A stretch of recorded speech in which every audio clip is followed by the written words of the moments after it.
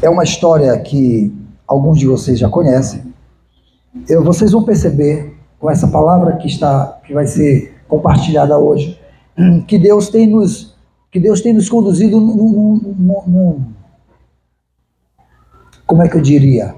Assim, tem dado um norte diante dessa palavra para nós como igreja. E se você perceber sobre tudo que temos pregado nesses últimos dias e tomar para si esta palavra e viver essa palavra que tem sido pregada nesses últimos domingos e que será pregado hoje, tá bom? Você vai entender que a nossa igreja vai fazer assim, ó, bum, tá? Porque é um tempo, nós estamos pregando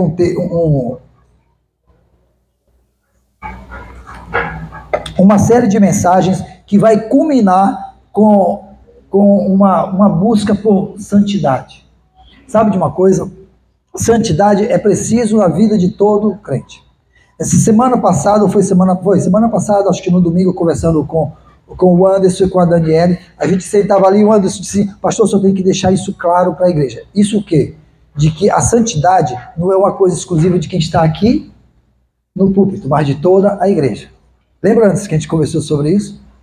Sabe? De que não é uma coisa exclusiva de quem está aqui, sabe? Escuta só, viver em santidade, viver uma vida que agrade ao Senhor é algo necessário, preciso de cada cristão.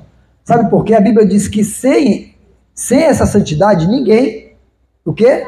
Ninguém verá a Deus. Quantos aqui desejam ver o Senhor? Pronto, eu desejo ver a Deus. Mas sabe de uma coisa? O pré-requisito para ver a Deus chama-se santidade. Amém? Mas, pastor, é bem difícil viver em santidade. É difícil. Se fosse fácil, não precisava ter salvação, não precisava ter transformação, não precisava ter nada dessas coisas, porque era uma coisa fácil, qualquer um vivia. É difícil mesmo. Mas bem-aventurado, ou seja, felizes, são aqueles que vivem em santidade, porque esses verão a Deus. Amém? Então essa série de mensagens tem sobre isso, ela tem tirado da gente, da nossa igreja, tem desarmado os nossos corações para nós percebermos e reconhecermos o pecado que anda dentro de cada um de nós. Sabe? Nós somos pecadores ou não somos? Somos, todos nós somos pecadores. Esse pastor é um pecador. O que nós não podemos ser é viventes no pecado. Sabe? Pessoas que vivem no pecado. O pecado precisa ser um acidente nas nossas vidas, não uma prática. Dá para entender isso? Ok, então, dito isso, eu quero ler com vocês uma história de um homem. Antes de eu ler essa história, eu quero dizer para vocês que essa história acontece no meio de um período em que a nação de Israel havia seu reino dividido, o reino do norte e o reino do sul. Nem sempre foi assim. Tá? Na época do rei Davi, era um reinado só. Na época de Saul, Davi e Salomão. Mas depois que Salomão, filho de Davi, morreu, e que um dos seus filhos assumiu, então houve uma divisão no reino. Então, ficou reino do norte com a capital em Samaria e reino do sul com a capital em Jerusalém. Tá? Então, o reino do norte vivia constantemente se afastando de Deus. O reino do sul não, vivia por mais tempo na presença de Deus. E todas as vezes que o povo se afastava de Deus, Deus permitia que um juízo se abatesse sobre o povo. Nações vizinhas subjugavam o seu povo. E isso aconteceu até o ponto em que a nação de Israel se afastou tanto da presença de Deus, que Deus cumpriu aquilo que ele prometeu a Davi e prometeu também a Salomão. Ele disse assim, olha, enquanto vocês se mantiverem fiéis a mim, sempre vocês serão abençoados e protegidos e sempre terá alguém da tua descendência sentado no trono.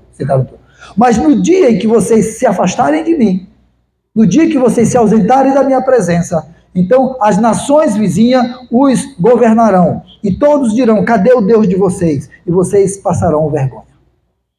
Tá? Então, todas as vezes que a nação de Israel vivia esse conflito, vivia em pecado diante do Senhor, a mão do Senhor saía de sobre eles, e eles viviam a sua própria sorte, e as nações que eram vizinhas, vinham e dominavam eles. Tá bom? E foi nesse tempo Eu costumo entender por que naquele tempo se brigava tanto, eram tantas guerras. A terra não era tão povoada quanto é hoje. Tinha terra para todo mundo, mas parece que o povo queria a terra do outro, por alguma razão. E assim, como Deus prometeu e deu à nação de Israel uma terra que mana leite e mel, ou seja, era uma terra farta, favorecida, por cumprimento da promessa do próprio Deus. Lembra-se que Deus disse isso a Moisés? Não é isso? Te darei à nação de Israel uma terra que mana leite e mel. E ele foi lá, libertando o povo do Egito, o povo foi para Canaã, uma terra que emana leite e mel. Mas o que aconteceu? É que as nações vizinhas continuavam ali. E todas as vezes que a nação de Israel estava enfraquecida, entenda, enfraquecida porque desobedeciam a Deus, uma nação vizinha vinha, guerreava e os subjugava. Foi assim que aconteceu quando a nação síria veio, não era um império ainda, era apenas uma nação, e veio e travou batalha contra a nação de Israel. E numa dessas batalhas aconteceu algo interessante. Porque eu vejo que Deus, ele transforma as guerras que a gente enfrenta, as lutas que a gente enfrenta, em oportunidade para servir de bênção e aprendizado para nós. Sabe? Nem todo mal que você enfrenta, nem toda guerra que você enfrenta, sabe, é para te destruir. Na maioria das vezes é para te ensinar, é para te tornar mais forte, é para te se tornar um vencedor. Amém? Ok, vou ler com vocês 2 Reis, capítulo 5. Eu quero que vocês tenham paciência, porque é uma leitura longa, pois vou ler toda essa história desse homem. Olha só, Naamã, comandante do exército do rei de Arã, era um homem importante. Naamã era um homem o quê? Importante para seu senhor e bastante respeitado. Ele era o quê? Guardem isso, pois por meio dele, o Senhor, ou seja, Deus, dera vitória a Arã. Mas esse guerreiro valente sofria de uma lepra. Uau. Ele era importante, ele era valente, ele era tudo, mas ele tinha uma lepra. Ora, tropas de Arã haviam atacado Israel, olha só, aquelas guerras que eu falei para vocês agora há pouco, e levado cativa uma menina que passou a servir a mulher de Naamã. Um dia, ela disse à sua senhora: se o meu senhor, ou seja, se Naamã, procurasse o profeta que está em Samaria, ele o curaria da sua lepra. Naamã foi contar ao seu senhor, ou seja, ao rei, o que a menina israelita dissera. O rei de Arã respondeu: vá, eu darei uma carta que você entregará ao rei de Israel. Então Naamã partiu, levando consigo 10 talentos de prata, mais ou menos 70 quilos de prata, 6.000 ciclos de ouro e 10 mudas de roupas finas. 6.000 ciclos de ouro, na verdade 6.000 ciclos é que corresponde a 70 quilos de ouro. 70, volta lá. A prata, em termos de quilo, os 10 talentos de prata são 200 quilos de prata. Era muita coisa ou não era? 200 quilos de prata. Prata ainda é um metal precioso, né? Imagine naquela época, entendeu? Que não tinha o maquinário que se tem hoje para extrair. E ouro. Ouro era muito mais precioso. Pronto. Naamã levou tudo isso. A carta que levou ao rei de Israel dizia: com esta carta estou te enviando, Naamã, o meu oficial, para que o cures de sua lepra. Assim que o rei de Israel leu a carta, rasgou as suas vestes e disse: por acaso sou Deus, capaz de conceder vida ou morte? Porque este homem me envia alguém para que eu o cure de sua lepra. Vejam como ele procura um motivo para se desentender comigo. Quando Eliseu, o homem de Deus, soube que o rei de Israel havia rasgado as suas vestes, mandou-lhe esta mensagem: por que rasgaste as tuas vestes? Envia o homem a mim, e ele saberá que há profeta em Israel. Então Naamã foi com seus cavalos e carruagens e parou na porta da casa de Eliseu. Eliseu enviou o seu mensageiro, que lhe disse: vá, lave-se 7 vezes no rio Jordão, a sua pele será restaurada e ficará purificado. Naamã, porém, ficou indignado e saiu dizendo: eu estava certo que ele iria sair, iria me receber, invocaria em pé o nome do Senhor e o seu Deus moveria a mão sobre o lugar afetado e me curaria da lepra. Naamã, não são os rios Abana e Farfar em Damasco melhores do que todas as águas de Israel? Será que eu não poderia me lavar neles e ser purificado? Deu meia volta e foi embora dali furioso.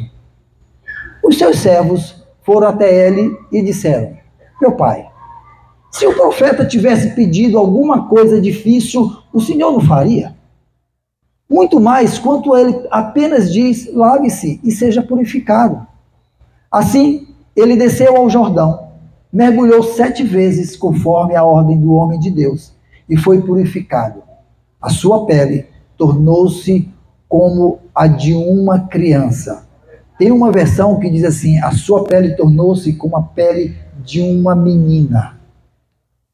Então Naamã e toda a sua comitiva voltaram à casa do homem de Deus. Ao chegar diante do profeta, Naamã disse: agora sei que em toda a terra não há Deus, senão em Israel. Por favor, aceita um presente do teu servo. O profeta respondeu: tão certo como vive o Senhor, a quem sirvo não aceitarei nada. Embora Naamã insistisse, ele recusou. Naamã disse: já que não aceitas o presente, ao menos permite que eu leve 2 mulas carregadas de terra, pois o teu servo nunca mais fará holocaustos e sacrifícios a nenhum outro Deus, senão ao Senhor. Aleluia. Que o Senhor, porém, me perdoe por uma única coisa: quando o meu Senhor vai se ajoelhar no templo de Rimon, eu também tenho que me ajoelhar ali, pois ele se apoia no meu braço. Que o Senhor me perdoe e teu servo, que o Senhor perdoe teu servo por isso. Então Eliseu disse: vá em paz.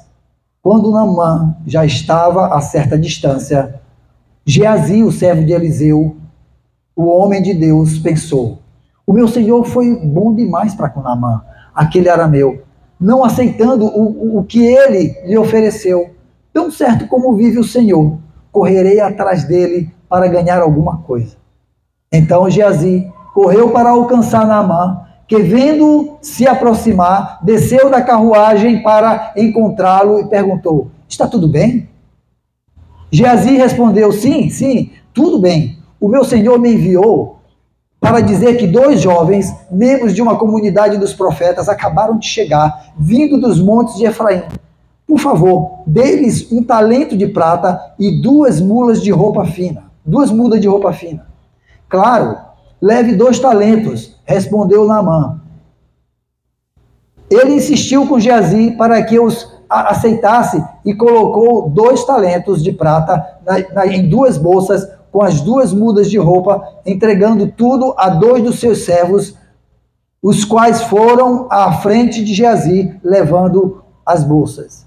Quando Geazi chegou à colina, pegou as bolsas das mãos dos servos e as guardou em casa. Mandou os homens de volta e eles partiram. Depois ele entrou, apresentou-se a Eliseu, o seu senhor. Este perguntou: onde você esteve, Geazi? Geazi respondeu: o teu servo não foi a lugar nenhum. Eliseu, porém, lhe disse: você acha que eu não estava com você em espírito quando o homem desceu da carruagem para encontrar-se com você? Este não era o momento de aceitar prata, roupas, olivais, vinhas, ovelhas, bois, servos ou servas. Por isso, a lepra de Naamã atingirá você e os seus descendentes para sempre. Então Geazi saiu da presença de Eliseu, já branco como a neve, por causa da lepra. Amém? Baixa a tua cabeça, fecha os teus olhos. Senhor Deus, eu quero te agradecer por essa palavra, porque a tua palavra, ela de fato é viva ela é eficaz, ela é penetrante. Usa a minha boca, Senhor Deus, como teu instrumento. Me esvazia de mim mesmo, Senhor Deus, e deixa tão somente que o teu Espírito esta noite fale a tua palavra. Que essa palavra encontre lugar no coração de cada pessoa que está aqui, assim como também já encontrou no meu coração, em nome de Jesus. Amém? Todo mundo sonha com um milagre. Por mais que você diga assim, não, pastor, eu não sonho com um milagre. Mas todo mundo sonha com um milagre. Todo mundo deseja que algo extraordinário aconteça na sua vida. Tem gente que sonha com um milagre de riqueza. Tem gente que está por aí sonhando com um milagre de uma cura. Tem gente que sonha com um milagre de alguma conquista, né? Um milagre de uma libertação, ou um milagre de alguns sentimentos mal resolvidos, ou milagre, talvez, até de relacionamentos que estão mal resolvidos. Mas todo mundo sonha com um milagre. A gente sempre sonha ter esses tipos de milagres realizados nas nossas vidas. Mas deixa eu te fazer uma pergunta. Quanto custa o teu milagre? Qual é o valor do teu milagre? Quanto custa? Eu quero que a gente aprenda com essa história de Naamã algumas coisas. Observe o seguinte, que Naamã, ele tinha boa aparência. Ele era um homem vistoso. Possivelmente era um homem de uma estatura boa. Tá? Se vestia diferente de todas as outras pessoas, porque ele, como comandante do exército, ele deveria viver sempre alinhado, né, com vestimentas prontas para a qualquer momento partir para a guerra. Né? Sobre aquele homem tinha uma capa. Outra coisa que aquele homem vivia é que ele desfrutava de privilégios na presença do rei. Sabe? O rei lhe devia favores. O rei tinha ele em grande estima, em alta estima. O texto diz o seguinte, que ele era muito benquisto pelo rei, porque Deus já havia dado àquele rei de Arã muitas vitórias através de Naamã. Parece que aquele homem era um homem de guerra, um homem experimentado, um homem que exercia não só posição no reinado, mas exercia também poder. Agora, pasme com tudo isso. O que talvez pouca gente soubesse no reinado de Arã é que aquele homem, com toda a sua imponência, com toda a sua boa aparência, com todo o seu poder, o seu esplendor, com tudo o que ele tinha, ele necessitava de um milagre. Estava escondido por debaixo da sua capa uma enfermidade. Hoje em dia, a lepra tem cura. Agora, naquela época, uma pessoa que estava infectada, que estava acometido de uma lepra, estava simplesmente destinada à morte. Naquela época não havia cura. Durante a história, a lepra matou muita gente. Naamã estava destinado a morrer. Não havia o que pudesse ser feito por aquele homem. Na verdade, era porque ele não servia na nação de Israel, porque na nação de Israel, inclusive, pessoas com lepra nem faziam parte do arraial, do convívio. Eles eram colocados, postos lá fora. Porque eles eram tidos como impuros, como imundos. E ninguém queria chegar perto de um leproso. Ainda hoje as pessoas não querem chegar perto de um leproso. Aqui na cidade nós temos um leprosário, vocês sabem disso, lá perto da Praia da Guia, ali no Anjo da Guarda, né? Vocês sabem disso. Então lá são colocadas as pessoas que estão se tratando, né? Dessa enfermidade, desse mal, entendeu? E eles são separados, ainda hoje eles são separados da sociedade, porque é uma enfermidade altamente contagiosa, né? Contagiosa. Você não pode ter contato com a roupa, com a pele, com nada. Não pode ter contato com nada, porque é altamente contagioso. Então, agora imagine hoje na tecnologia e na ciência que nós temos. Agora imagine naquela época. Pois era essa época em que Naamã vivia, onde não havia ciência o suficiente para dar cura a ele. Então, apenas um milagre poderia curar Naamã.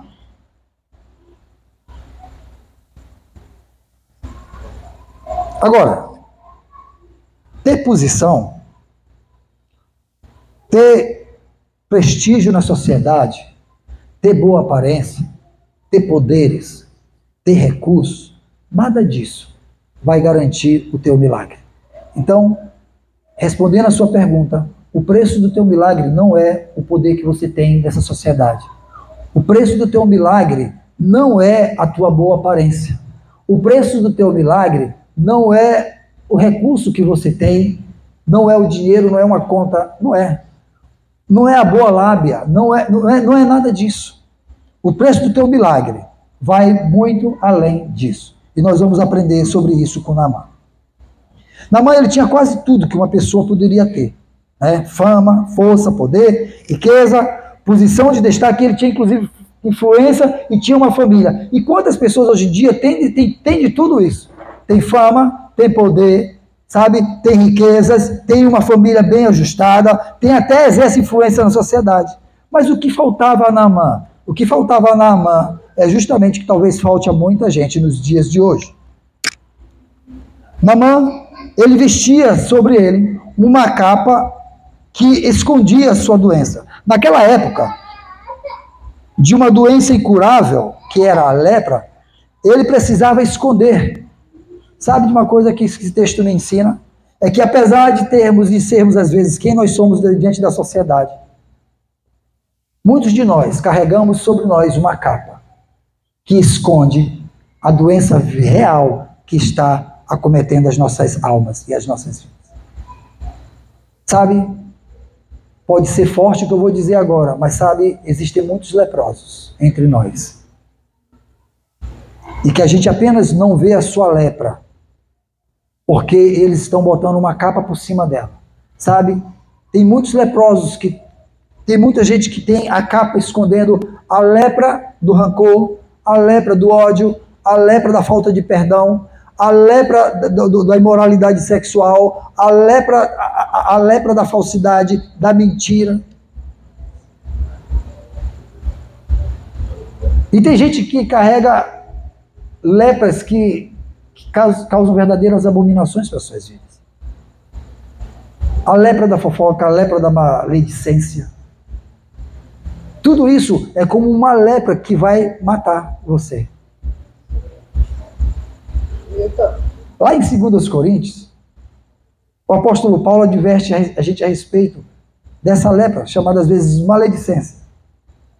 E eu quero fazer um parênteses entre aqui, porque nós temos vivido na nossa igreja um tempo muito difícil, onde, infelizmente, eu acho que eu já preguei quantas vezes sobre maledicência aqui? Parece que a igreja não aprendeu.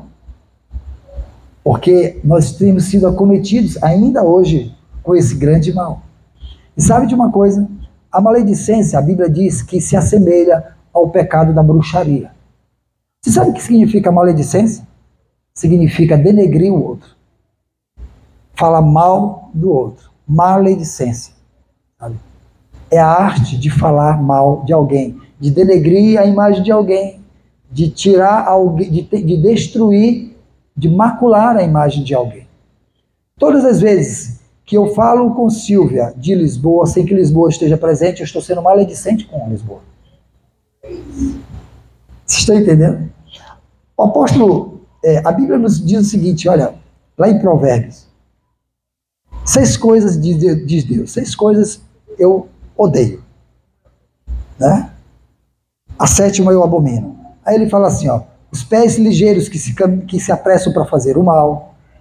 Aí ele vai colocando várias coisas como coisas que Deus odeia. Mas ele diz, mas a 8ª, a 7ª eu abomino. Qual é a 7ª? A língua maledicente.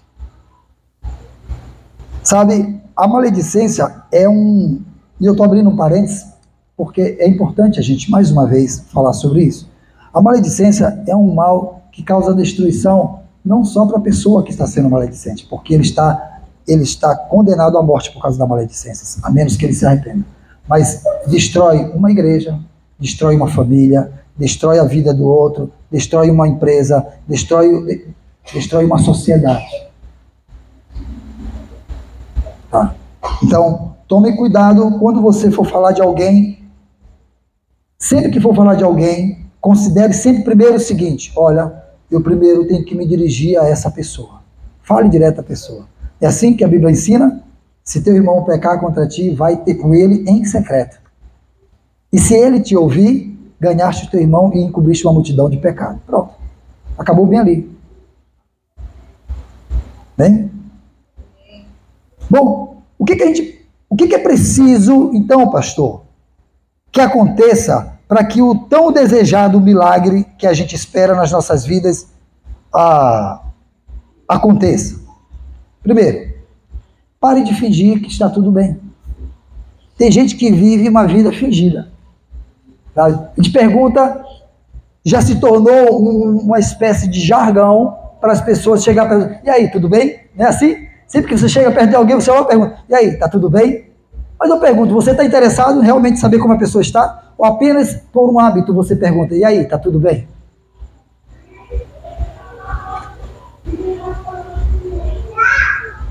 Agora, o que há de pior não é perguntar se está tudo bem. O que há de pior é que a maioria das pessoas, mesmo estando mal, elas dizem, está tudo bem. Sabe por quê? Porque elas não querem revelar as suas dores para ninguém. Elas não querem tirar a capa para mostrar a sua doença para ninguém. E aí eles dizem o quê? Está tudo bem. Eu acredito que Naamã, durante muito tempo, quando algumas pessoas o cumprimentou, e ele com aquela capa, escondendo a sua doença, as pessoas perguntaram, e aí, está tudo bem? E ele disse, tá, não, está tudo bem. Talvez, durante muito tempo, ele foi até para o fronte de batalha, para o frente de guerra, sabe como? Adoecido, talvez até contaminando outras pessoas, porque ele estava escondendo debaixo da sua capa a sua doença. Às vezes a gente se coloca na fronte de guerra, se coloca na frente da batalha, sabe como? Escondendo a doença que está por debaixo das nossas capas. E sabe qual é o risco que a gente corre com tudo isso? A gente corre o risco de pôr o exército pelo qual nós lutamos em risco de derrota, de fracasso. Então, primeira coisa, não finja que está tudo bem. Segundo, dê ouvido à voz do Senhor. Naamã recebeu uma ordem, vá e se lave. Não foi isso que o profeta disse a ele? Chamou o Geazi, o seu servo, e disse, diga a ele que vá e se lave. Ora, às vezes Deus está dando ordens para a gente, para nos curar. Deus às vezes está dizendo assim, ei, arranca essa capa, tira essa roupa, tira essa pompa, desce daí do teu cavalo e mergulha nas águas profundas para que a tua alma seja lavada e para que você seja curado. Qual é o grande problema? É que às vezes a gente está agindo como Naamã, dando desculpa. O que foi que Naamã disse? Naamã disse, eu estou pensando que ele vai sair, vai me encontrar aqui fora, vem falar comigo, vai falar com Deus dele, vai dar uma ordem, dizer, ele vai tocar no local ferido e eu seria curado. Eu achava que era desse jeito. Às vezes a gente acha que a cura para as nossas enfermidades é do nosso jeito. E Deus está dizendo, não, tenho minha forma, tenho o meu jeito, tenho o meu tempo. Você só tem que fazer uma coisa, dar ouvidos à minha voz. Mas Naamã se encheu de desculpa. O que foi que Naamã disse? Por acaso, lá nas minhas terras, em Damasco, não existem rios com águas mais limpas do que os rios de Israel? Se eu mergulhasse lá, eu pelo menos sairia limpo, não sairia sujo, porque essas águas daqui de Israel são sujas. Se vocês não sabem, o Rio Jordão é um rio sujo. Assim, barrento. A água não é límpida, cristalina. É suja. Pelo menos, eu não sei se todo o tempo foi suja, mas agora, nesses últimos tempos, quando eu estive lá, era uma água barrenta. Sabe? Mas o povo queria se batizar e eu entrei na água barrenta para batizar o povo. Gelada que só. E batizamos o povo. Mas era uma água barrenta. Entendeu? Então, ele vem e se enche de desculpa. Por acaso não tem águas mais limpas lá em Damasco do que essas águas daqui de Israel? Meu querido, qual é a tua desculpa? O que você tem apresentado como desculpa quando as tuas enfermidades são reveladas? Sabe? Quando a lepra da imoralidade é revelado, quando a lepra, sabe, da mentira é revelada, quando a lepra do furto, do roubo é revelado, quando a lepra da corrupção é revelado, quando a lepra da fofoca, a lepra da maledicência, a lepra da falta de perdão, do rancor, da mágoa, quando tudo isso é revelado, qual é a tua desculpa? Sabe de uma coisa? Se Naamã continuasse se firmando na sua desculpa, ele simplesmente estaria morto. Mas sabe o que foi que ele fez? Ele resolveu dar ouvidos à voz. Terceiro lugar, deixe que o orgulho e a arrogância dê lugar à humilhação. Tem gente que não desce do seu cavalo, do seu pedestal, da sua pose, da sua empáfia, simplesmente por uma coisa, arrogância, orgulho. Sabe que o orgulho e a arrogância precede a queda de qualquer ser humano? Não é assim que diz a Bíblia? Que a arrogância precede a queda. Muita gente que se acha assim glorioso dia, mas vive na arrogância, cuidado, porque a sua queda está profetizada, está declarada. Deixe o seu estado arrogante, deixe o seu estado humilhe-se diante da onipotente mão de Deus. Deixe que a tua intelectualidade fale menos do que a dependência de Deus. Tem gente porque se acha sabichão, que não, quem pensa que é, não foi isso que ele disse para quem ele pensa que é. E a gente está dizendo assim, quem fulano pensa que é para estar me dando conselhos? Quem fulano pensa que é para estar me orientando? Eu sei das coisas, eu sou o cara.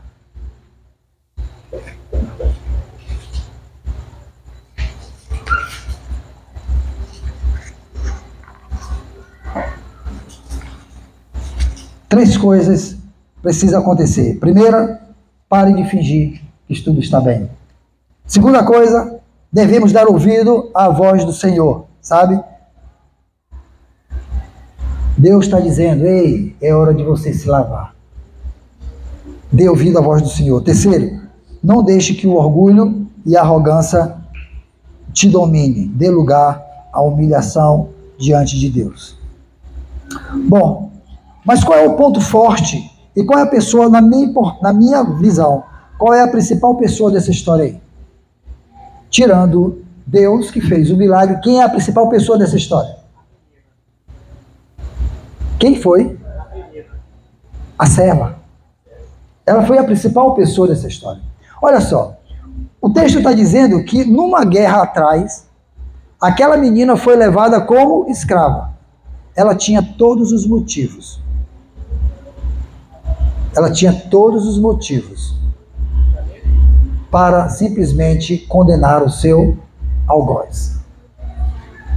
Sabe? Aquele homem tratava aquela menina como escrava. Observa que aquela menina, a ela não é dado nome. Possivelmente aquela menina perdeu a sua identidade como escrava. Nem o nome dela foi citado. Aquela menina, ela não precisava fazer nada contra Naamã, ela bastava ela ficar o quê? Calada. Já era o suficiente. O silêncio dela já seria o suficiente para condenar Naamã à morte. Mas sabe de uma coisa? Aquela escrava, ela no lugar de condenar, ela amou. Às vezes a gente tem pessoas com lepras perto da gente, com enfermidades perto da gente. Como é que tem sido a tua boca? Tem sido a boca que tem silenciado, amaldiçoado, ou tem sido boca profética de cura? Meu querido, eu tenho 3 conselhos para lhe dar. Primeiro conselho, não deixe que a sua mágoa, que a sua chateação, não deixe que a sua revolta condene alguém. O mundo por si só já está condenando as pessoas. O pecado por si só já está condenando as pessoas. Não seja você mais um a condenar. Aquela moça tinha todos os motivos no mundo para condenar aquele homem. Afinal de contas, ela era escrava da sua casa. Fazia anos que aquela moça não via sua família. Sabe-se lá se ele não foi quem matou a sua família. Roubou dela tudo que ela tinha. Roubou família, roubou a condição, roubou até a identidade dela. Nem nome mais ela tinha. Era só tratada como a escrava.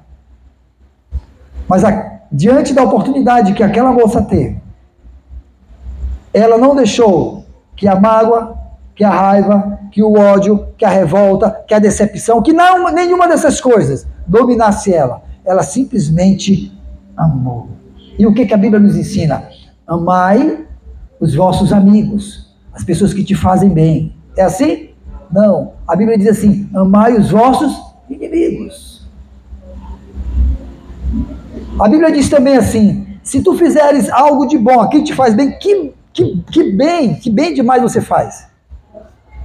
Você não está fazendo nada demais. Você só está retribuindo.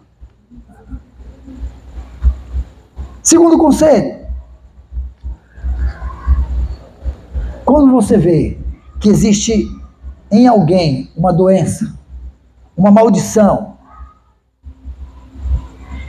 uma perdição, não seja você a voz que condena, seja você a voz que leva a cura e a libertação. Aquela menina poderia se calar, ou poderia condenar, poderia dizer assim: que morra esse homem. Mas não, ela foi a voz que levou a cura e a libertação. Ela disse: olha, se o meu Senhor, ou seja, a quem eu sou escrava, se ele for lá em Samaria e falar com o homem de Deus, o profeta, ele será curado da sua lepra.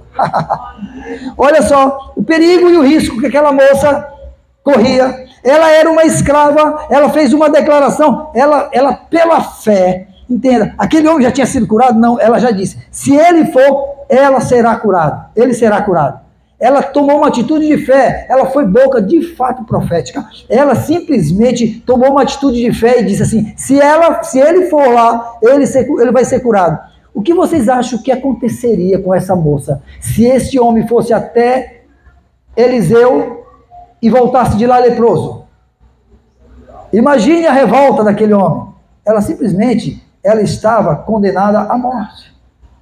Mas olha o que aconteceu, ela não levou em conta nada disso, ela não ficou com medo, ela disse assim: ei, eu tenho a oportunidade de abençoar, eu não vou amaldiçoar, eu tenho a oportunidade de trazer libertação, eu não vou trazer aprisionamento, eu tenho a liberdade de profetizar cura, libertação, sabe de uma coisa, eu vou fazer isso, eu vou amar.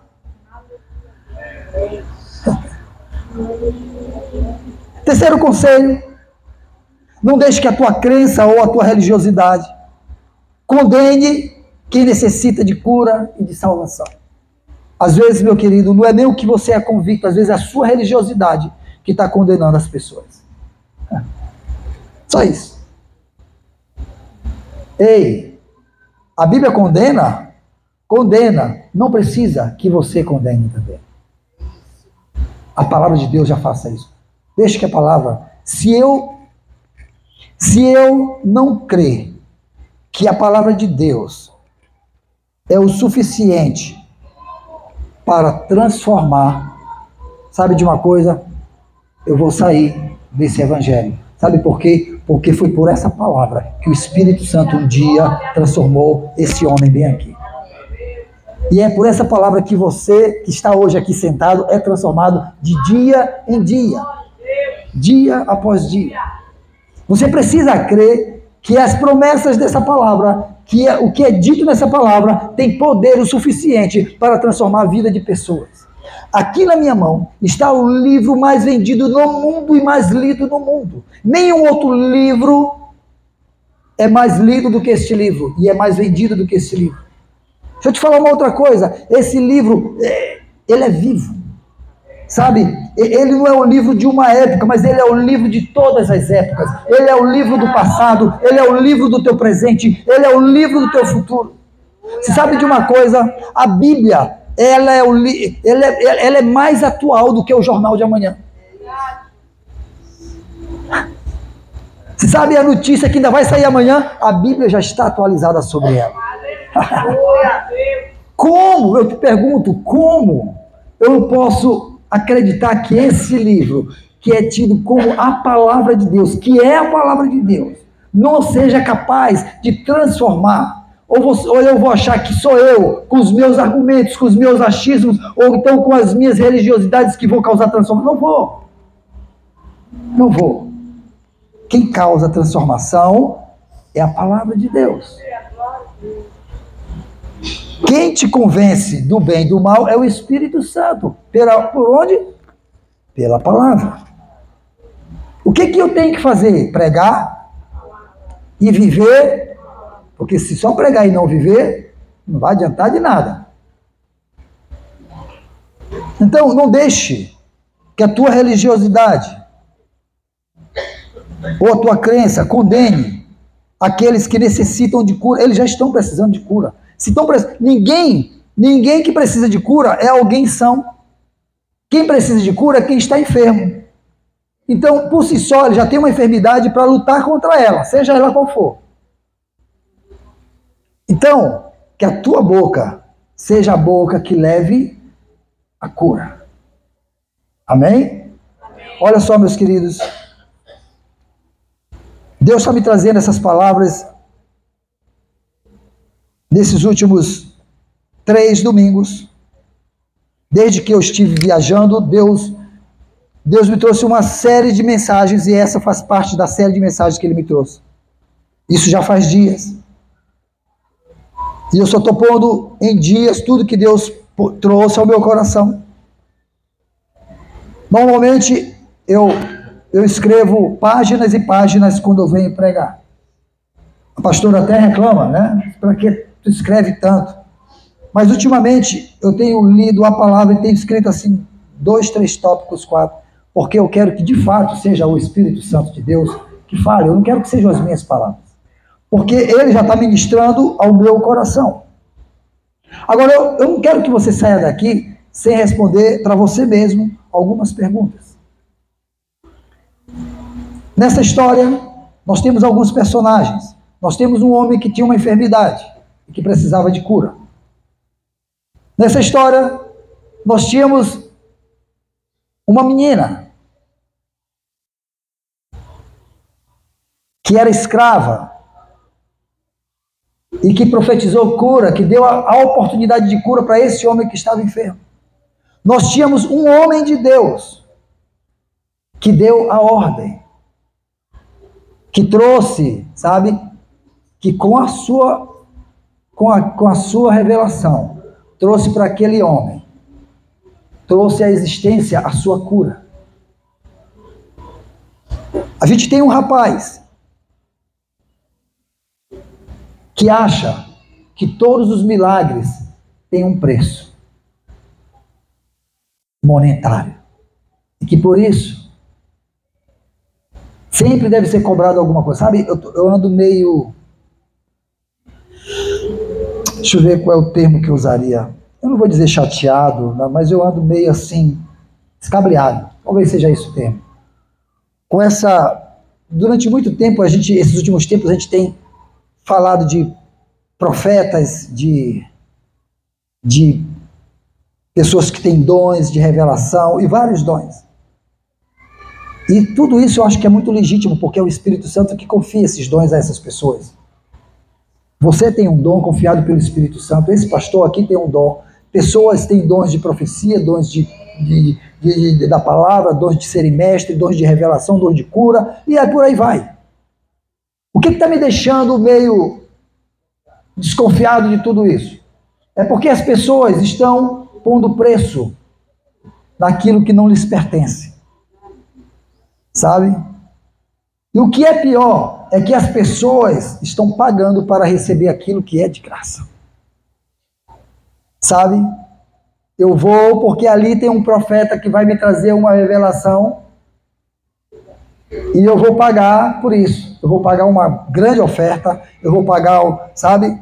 Tem um profeta que diz, que chega a ponto assim, não tem dinheiro, já botou aqui tudo dinheiro assim, você é sua aliança, Deus está me dizendo, olha só, Deus está me dizendo que você pode depositar sua aliança aqui, seu casamento vai ser... Rapaz, e a grande idiotice, desculpa o termo, mas é uma grande idiotice de tudo isso, qual é? É que as pessoas estão pagando por aquilo que é dom de Deus, que Deus está dando de graça. Sabe? Geazi achava que o dom que Deus havia dado ao profeta deveria ser cobrado. E ele disse que o meu Senhor foi bom demais com esse homem, que não cobrou nada como se tivesse sido Eliseu que tivesse o curado. Diz assim, ele o curou e não cobrou nada para ele, que eu vou já resolver esse problema. Foi lá, mentiu, disse, ei, e o homem estava tão grato, quem é cura? Gente, quem recebe um milagre, ei, só quem recebe um milagre que sabe o que é, tem que ser grato, sabe? Aquele homem estava tão grato que quando ele viu o garoto vindo correndo, ele saltou do seu cavalo, desceu da sua carruagem lá e disse, o que foi, está tudo bem? E o menino disse, olha, deixa eu te falar uma coisa, acabou de chegar, é que o meu senhor me mandou aqui, que acabou de chegar 2 rapazes, que veio de uma família de profetas, e assim, a gente está sem dinheiro para comprar nada, ele mandou te pedir aqui, que tu mandasse aqui alguma coisa de prata, de ouro, e umas vestes assim para levar. O homem nem questionou, o homem disse, claro, sim, tá aqui, vou fazer melhor. É muito pesado tu carregar sozinho tudo isso, eu vou mandar 2 homens meus para te ajudar a levar tudo isso.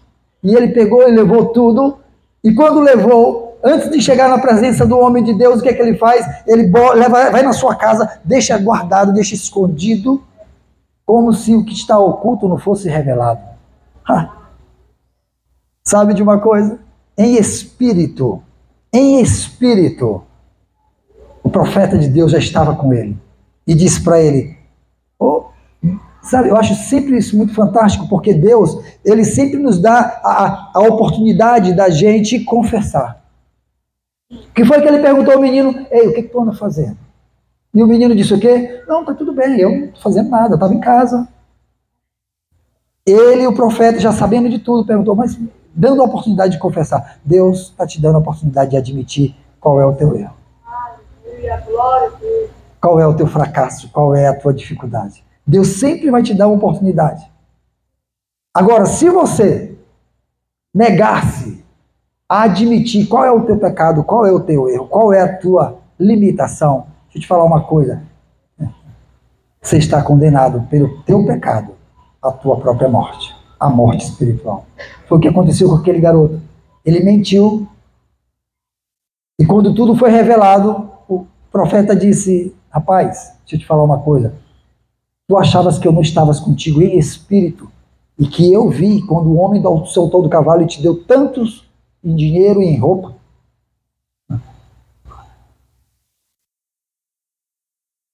E ali veio a condenação, disse, olha, a lepra daquele homem,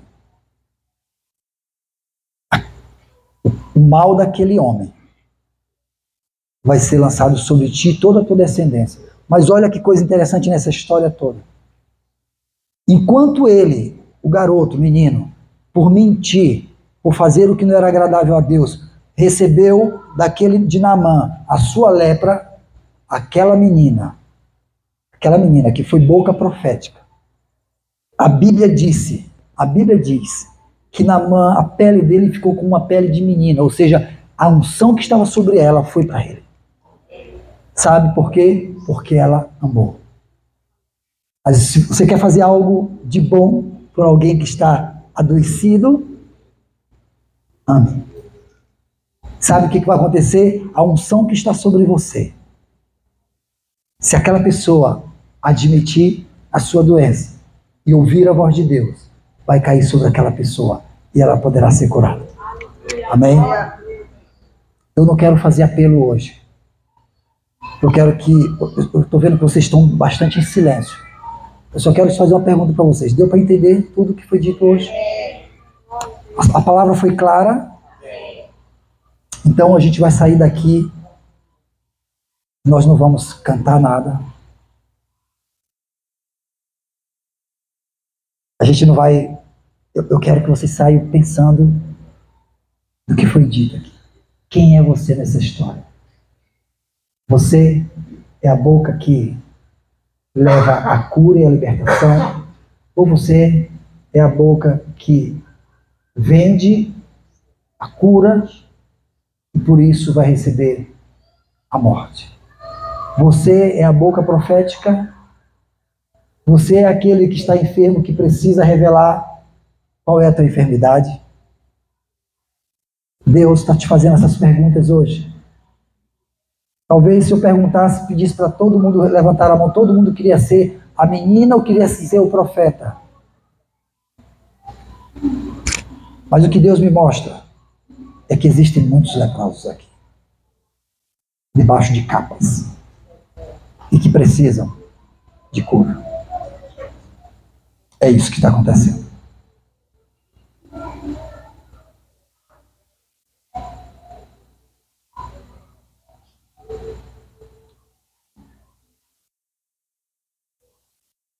Hoje, eu acho que hoje não é dia de festa. É dia de pano de roupa de pano de saco, de cinzas na cabeça, de humilhação diante de Deus.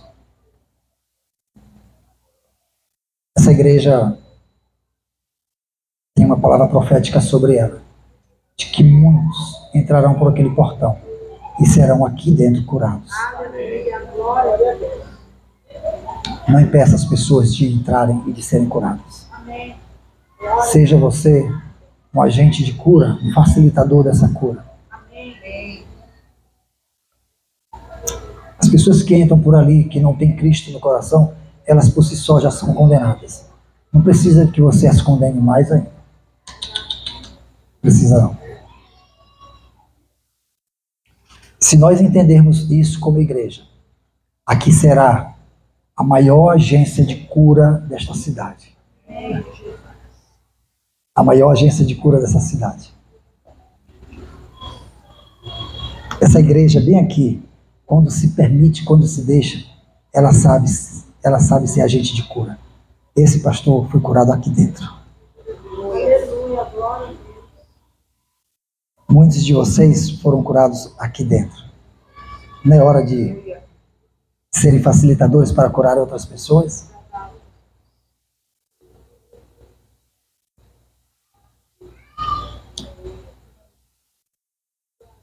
Não batam em retirada. Não tenham uma atitude covarde, mas tenham uma atitude de soldados de Cristo. Diz assim: ei, eu fui alistado para esse exército bem aqui, chamado Vida e Comunhão, e eu não vou deixar a minha armadura. Eu vou lutar essa guerra aqui onde Deus me colocou.